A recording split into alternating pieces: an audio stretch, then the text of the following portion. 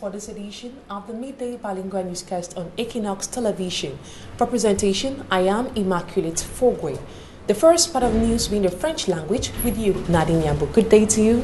Good day, Immaculate Fogwe. Mesdames et messieurs, bonjour et merci d'honorer ce rendez-vous de l'information sur Equinox Télévision.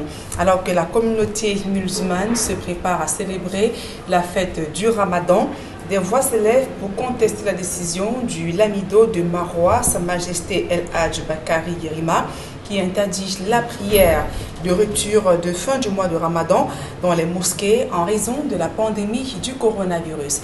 Amadou Daïro, Julien Barthe-Bissaï.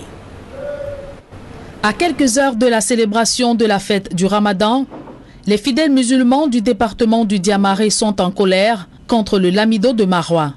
Sa Majesté El Hadj Bakari Yerima vient d'interdire à travers un communiqué la prière de rupture de fin du mois de Ramadan en raison de la pandémie de coronavirus. Je suis très contre cette décision, une décision qui n'est pas donnée dans tous les pays. Ce n'est qu'à Maroua et plus particulièrement dans le Diamaré qu'on n'assiste pas à la prière de Ramadan là. Vraiment, c'est pas sérieux. C'est bafouer la religion musulmane. C'est quelque chose qui n'a jamais fait depuis la création de sur cette terre. Vraiment, le Lamido a beaucoup tort devant le peuple et devant Dieu même. Ça nous a déçus. Nous sommes contre ça. Tous les musulmans sont des Diamarés sont contre ça. Pour ces fidèles musulmans, il n'est pas question que les marchés tournent en plein régime et les mosquées fermées. On ne peut pas comprendre que les marchés fonctionnent, les bars fonctionnent, les restaurants fonctionnent, toutes les activités fonctionnent, sauf les prières, sauf les mosquées qui ne fonctionnent pas ou les prières de la fête qui ne fonctionnent pas. Nous voulons vraiment qu'on respecte les mesures barrières et qu'on laisse les musulmans prier. Face à la détermination du Lamido de Maroua de mettre en application sa décision, les fidèles musulmans appellent le gouvernement au secours. Nous sommes contre cette décision et nous souhaitons qu'on le revoie et que le gouvernement essaie de rappeler à l'ordre aux chefs traditionnels. En attendant le jour de célébration de la fête du Ramadan, les commerçants font de bonnes affaires. Et toujours dans ce chapitre, les mesures barrières liées au coronavirus ne permettent pas à certains fidèles musulmans de se réunir sereinement en grand nombre cette année 2020, comme par le passé. La situation est davantage plus complexe à Bamenda, dans la région du nord-ouest Cameroun, où les actes de violence se poursuivent. Le constat est fait par nos reporters Stellambo Gladys. Dans un contexte mondial marqué par la pandémie du coronavirus, les fidèles musulmans n'ont pas pu se réunir dans des mosquées durant tout le mois du jeûne de Ramadan. Dans le souci du respect de la distanciation, seuls quelques-uns se sont retrouvés pour prier et demander à Allah d'éradiquer cette maladie, mais aussi de ramener la paix dans les régions anglophones. Nous prions Allah pour un retour à la paix dans les régions du nord-ouest et sud-ouest.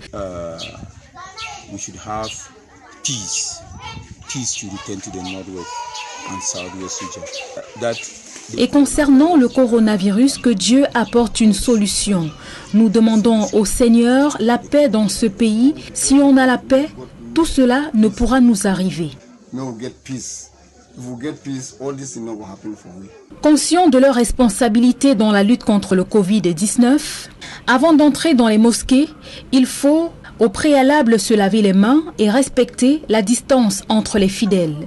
La ville de Bamenda est paralysée, les populations ont du mal à se ravitailler en denrées alimentaires. Les fidèles musulmans ont pu bénéficier du soutien des autorités. Le ministre délégué auprès du ministère des Relations extérieures chargé du Commonwealth leur a offert des cartons de sucre et de dattes. La fête du Ramadan se célèbre au Cameroun le 23 ou le 24 mai 2020. L'annonce officielle est contenue dans un communiqué du porte-parole de la Commission nationale du croissant lunaire, qui indique que si le croissant lunaire est observé au soir du 22 mai, la fête de fin du Ramadan aura lieu le samedi 23 mai 2020.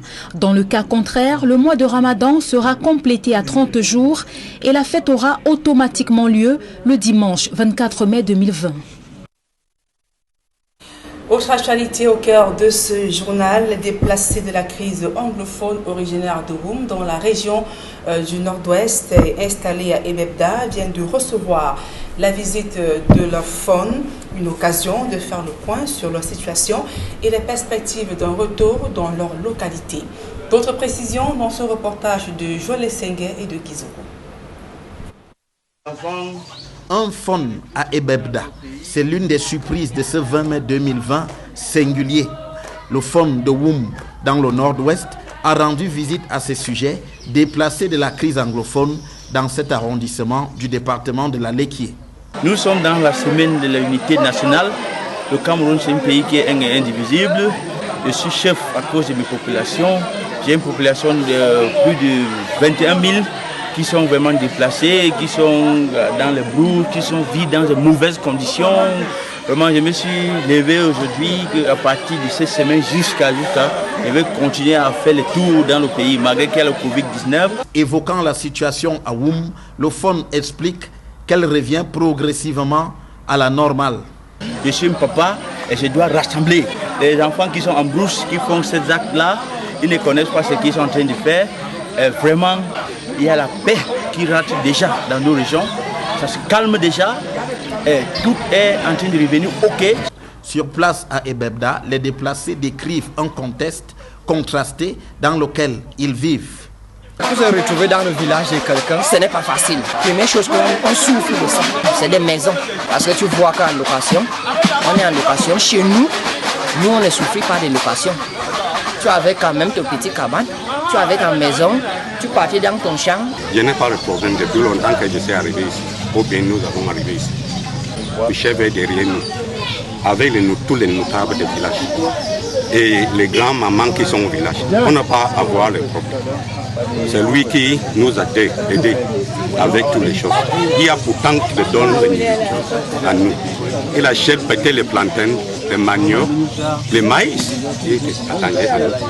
Hôte de la communauté déplacée de Woum, le chef de Bebda appréhende les difficultés qui vont s'accumuler si ce conflit perdure. Je crois qu'on ne peut que souhaiter que cette crise s'arrête. Parce que si ça s'allonge, ça va coûter plus cher. Ça, on risque d'être dépassé. Pour le moment, on tient le coup parce que c'est encore récent. Il y a des bonnes volontés qui viennent de temps en temps. Cependant, l'espoir est nourri à Woum pour un éventuel retour au vu des signes que relève le FON de cette localité sur le terrain. On a commencé à rentrer déjà grâce à les efforts que je suis en train de faire. Ça va aller. Rien ne peut dépasser un homme. Quand tu es un homme, tu es obligé de faire face au problème et il faut bagarrer et faire sûr que tu remets tout en place. Pour montrer aux gens qui sont en brousse qu'ils n'ont pas une place. Ils ont été trompés. Vraiment, il faut qu'ils reviennent dans leur sens normal. On ne peut pas les tuer. Ils sont nos enfants.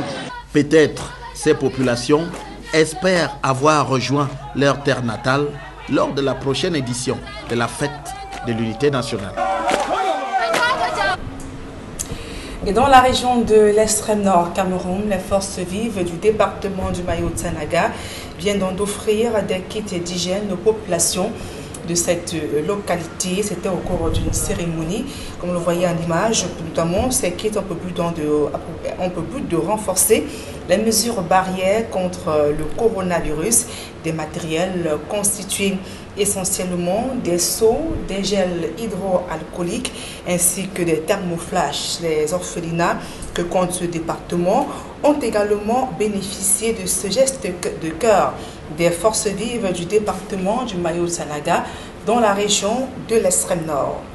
Écoutons donc à présent quelques réactions des populations au micro d'Equinox Télévision. Ce matériel pourra à coup sûr aider nos populations à faire barrière contre ce virus qui est en train de ravager nos populations. Certes, le Covid-19 n'est pas arrivé dans le Mayo-Tsanaga ni à Bokolo, mais nous sommes en train de nous préparer pour que ce virus ne traverse pas notre frontière. Dans toute la concession, nous aurons déjà les seaux posés partout. Parce que nous avons déjà assez de seaux pour que les enfants se lavent les mains, même avant de manger, même après la nourriture, même quand les visiteurs viennent. Vraiment, je ne saurais comment la remercier. Que Dieu la protège. Ça, c'est un geste vraiment très louable, qu'il la protège et qu'elle aille de l'avant. Et toujours sur le terrain de la lutte contre le coronavirus, l'entreprise Nestlé Cameroun vole au secours des familles dans la ville de Douala. L'entreprise citoyenne vient d'offrir des denrées alimentaires à ces populations. Reportage.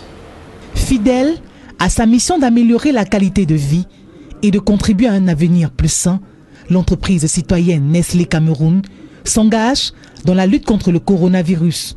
À la délégation régionale du ministère des Affaires sociales à Douala, 500 cartons de produits alimentaires pour contribuer à préserver la santé et le bien-être des familles en ces temps de Covid-19, gracieusement offerts par Nestlé Cameroun. En tant qu'entreprise citoyenne, nous sentions le devoir d'apporter notre contribution pour accompagner non seulement le personnel médical, mais aussi les patients atteints de Covid et surtout les familles vulnérables. Donc c'est à ce titre que Nestlé Cameroun a choisi d'offrir 500 cartons de produits alimentaires à la délégation régionale du ministère des Affaires sociales pour le littoral, afin de pouvoir apporter notre soutien aux familles vulnérables. Les autorités saluent ce geste de Nestlé Cameroun qui permettra de voler au secours de plus de 2000 personnes vulnérables dans la région du littoral. C'est une sensation agréable, une sensation de plénitude pour nos cibles. Chaque fois qu'elles peuvent recevoir un élan de générosité, c'est toujours pour leur bonheur à tous et derrière des actions ou des gestes que nous encourageons. Le leader en matière de nutrition, santé et bien-être n'est pas à son premier élan de générosité depuis la présence de ce virus sur le sol camerounais.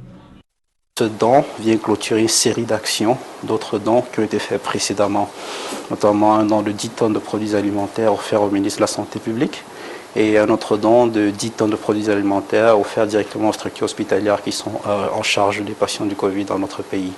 Donc cela rejoint, comme je l'ai dit tantôt, notre raison d'être qui est d'apporter notre soutien, notre contribution aux familles vulnérables, mais aussi aux familles et aux individus au Cameroun de manière générale. L'entreprise citoyenne réitère son engagement à assurer la disponibilité constante des produits alimentaires abordables et accessibles afin de soutenir les familles à continuer à s'alimenter sainement durant cette crise sanitaire. En plus de secourir le Cameroun, l'entreprise citoyenne au niveau de l'Afrique centrale et de l'Ouest soutient à hauteur de 3,4 millions de dollars plus de 850 000 personnes vulnérables afin d'aider ces pays à combattre le coronavirus. À présent, la deuxième partie de ce journal en langue anglaise avec vous, Immaculate Foggy. Exactly, Nadine Yambo. Once more, good day to you, ladies and gentlemen, and thanks for staying with us for the second part of the news in the English language. We begin with religion.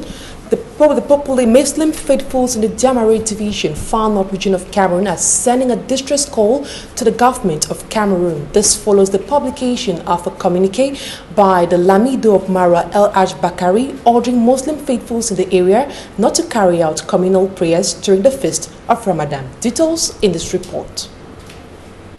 For the first time in Cameroon, Muslim faithfuls in the Diamare division, far north region of Cameroon, won't be able to carry out their traditional communal prayers in mosque to mark the end of the fasting month of Ramadan.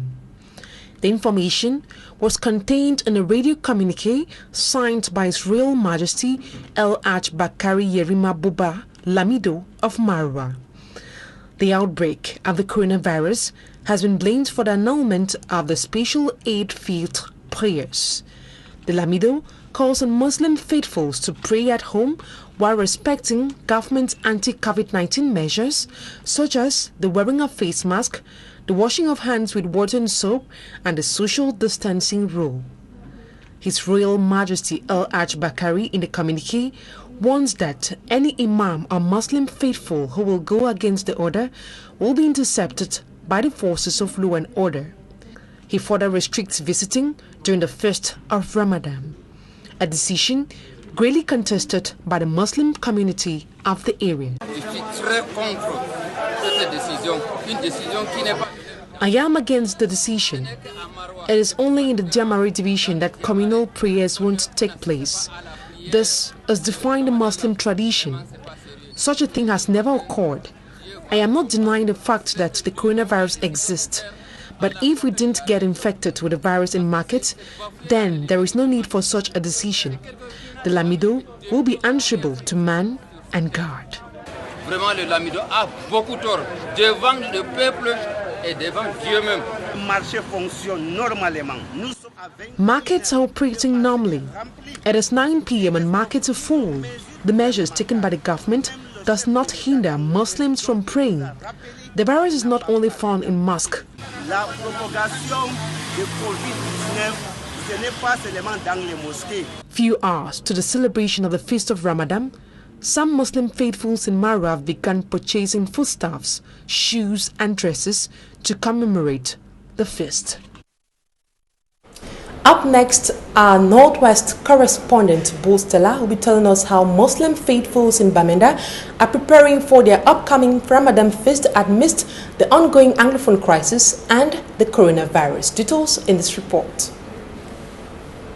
At a time the government is preaching social distancing, Muslim faithfuls are coming together during this month of Ramadan, though not as usual for diverse reasons.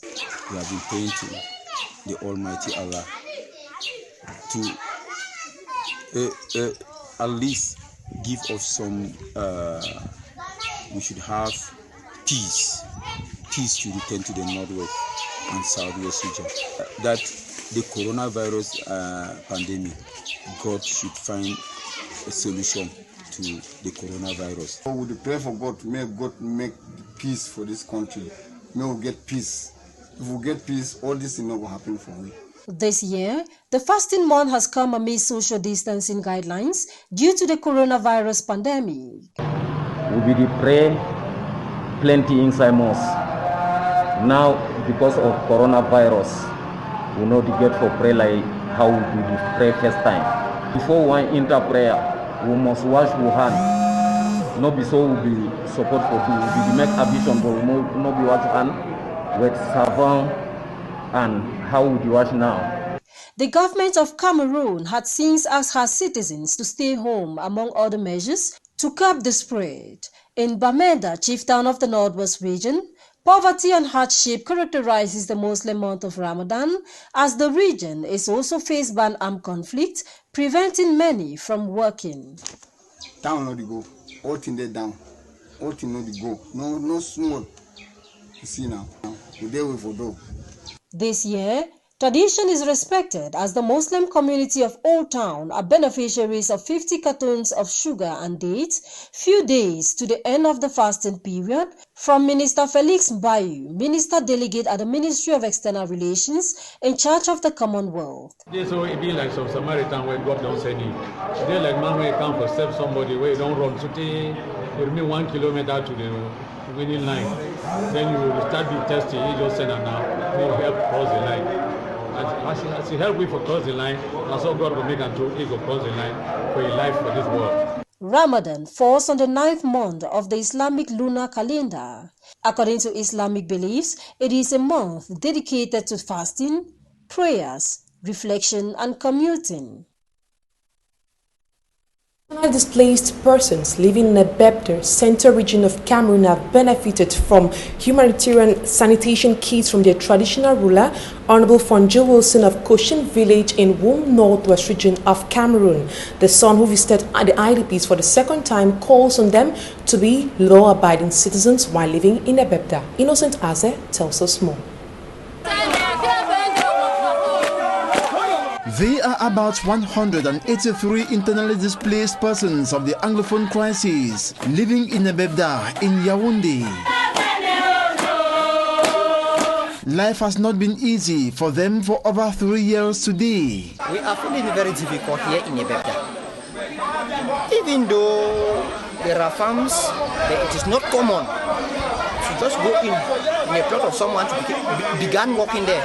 You have to pay rentage of the land, you have to pay rentage house rents, you have to buy for waters, you have to buy food to eat. House here is very, very difficult. If we can pay house for 10,000 francs and you buy food, you are with children. School problem is another level that it is more than us. When we were in Bamenda, we were not suffering like this. Now I'm pleading that the government should see what they can do. Faced with another crisis, the COVID-19 pandemic, they are not forgotten by their traditional ruler from Wum in the northwest region, who visited them with sanitation materials like hand sanitizers, tap buckets, soap and face mask, as well as foodstuff to improve their living condition. He used the occasion to address the present situation back at home. The situation back at home is very, very devastating and shocking, but things are gradually becoming normal. That's why I've decided this is a week of national unity and national integration, to move around and visit my population, though it's at a difficult and a complicated moment, but I'm moving along with materials to prevent the spread of corona. I'm moving with face masks, more than 500, moving with cartons of savons, with buckets, to make sure that I distribute to the population to prevent themselves from being contaminated with this disease. And I want to thank my elite who have supported me in this move, to make sure that I move around all over the 10 regions to visit my population who have been displaced, to make sure that I convince them, talk with them, ensure them that the security back at home, let them come back. I was in the village last week. I just came back. I'm struggling to make sure that things should be okay and things shall be fine. He also urged his natives to be respectful and humble while in Ebebda, as well as respect the laws of the Republic of Cameroon. I advise them not to look for trouble. Let them work hard with their sweat. Let them use their hand to work so that they should feed their family. They farm, there's land here. The chief has given them land to work and cultivate. I want to thank the chief, and I call on them to respect the state institution, to respect law and order. A gesture appreciated by the IDPs through their leader. If he was not our father, he would have not come here for the second time to check and bring us something that we can even manage.